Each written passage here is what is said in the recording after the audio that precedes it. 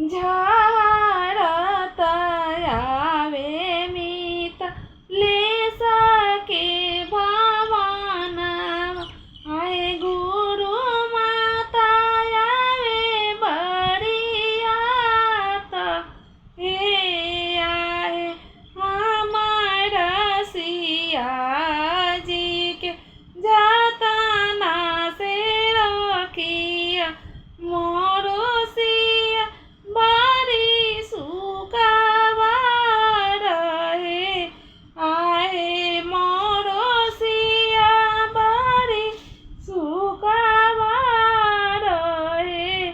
आहे गोर के बहर